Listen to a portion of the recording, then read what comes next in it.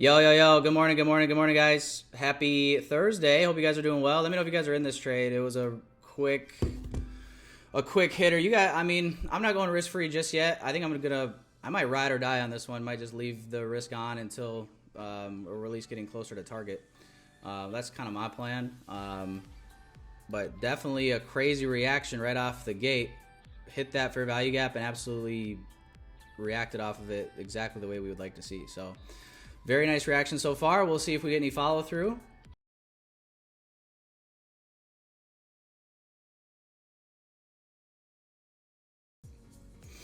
Well, it's not looking like it's gonna pan out, guys. We got relative equal lows there on ES as well. Not sure why it's pushing. The only thing I'll say is, let's say NQ runs this and creates SMT, and if ES were to come back down and close in this gap, I'd be open to getting in again on ES. Just worried that one of them might run the high and create SMT, one might not. But then again, might get stopped out just like that. All right, 0-1. But anyway, nice reaction initially. Came back up, just got stopped. I don't know, I might play the setup again one more time if we roll back over. I'm gonna be, for the moment, if we get a setup to do so, I'm gonna stick to this bias right here. So that 30-minute fair value gap on NQ that we pointed out yesterday, kind of after PM session, the one that didn't get tapped into. Oh, I'm sorry, not 30-minute, 15-minute gap. Right here. This would be the only thing that I could see wanting to reach for on NQ, but at the same time, we did reach it on ES yesterday. That same gap is right here. So I was viewing it as already mitigated in that sense. So yeah, I don't know. Me personally, this isn't even a breaker like on a 5-minute chart. If this was a breaker where we put in a low down here, I'd probably be interested in getting long from a fair value gap off of this breaker, but it's not one. So I'm gonna stick to the short bias. At least not right now. At least not right now. I mean, I say that from experience because I did all those things as well. I'd be on a strategy. I'd be on a win streak. I'm like, oh my God, I found the cheat code. I found the hack. Let's go. Finally figured it out. I lose. I think the strategy sucks. I'm looking for the next great thing. Yeah, I do like this fair value gap forming here. We got 10 seconds left on ES. Or, well, the 1-minute candle, I'm sorry. But I like the ES. I just like the strength. It looks a little bit more strong to the downside here. That's the only rhyme or reason. I'm going to get short in that gap, guys.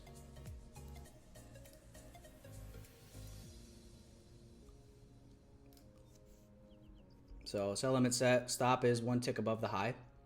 4 points.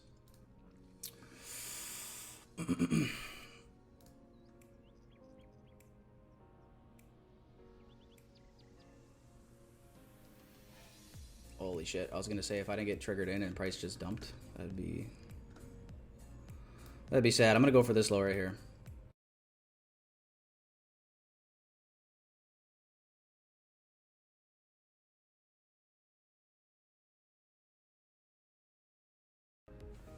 Are you saying like no market structure shift, Elena?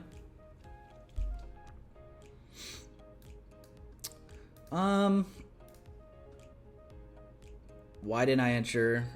To be honest with you, I guess the honest answer is just the fact that I was that confident in the draw on liquidity and the lows being ran out.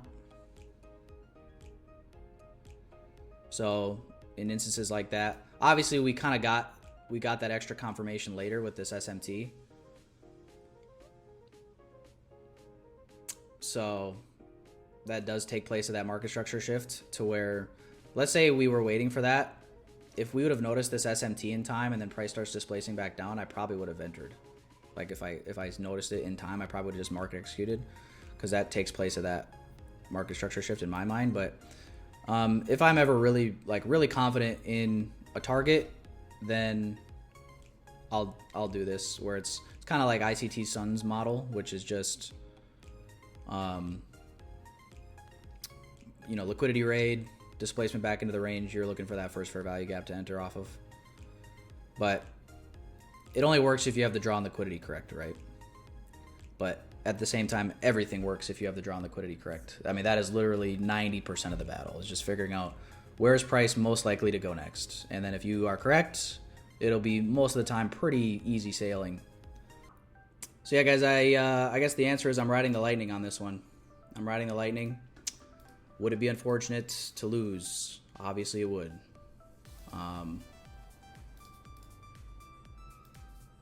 But yeah, I don't know. I'm just I'm not going to trade against all these equal lows down here. I'm just not going to do it. And if we lose, I'll maybe be done.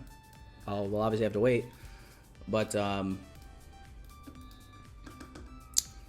think I'll be down a little less than 1% today if that were to happen, and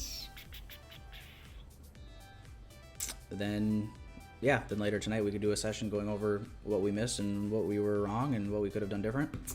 But as of right now, I don't think there's anything of the sorts to really go over in that regard. I think it's until the trade fails, it's as valid as it can get. Pop back up into that gap. So Elena, that was your entry. Elena's in. When this goes, whenever that is, I can't help but think with all the liquidity that's down here, I feel like it's going to be a sharp, very aggressive move, truthfully.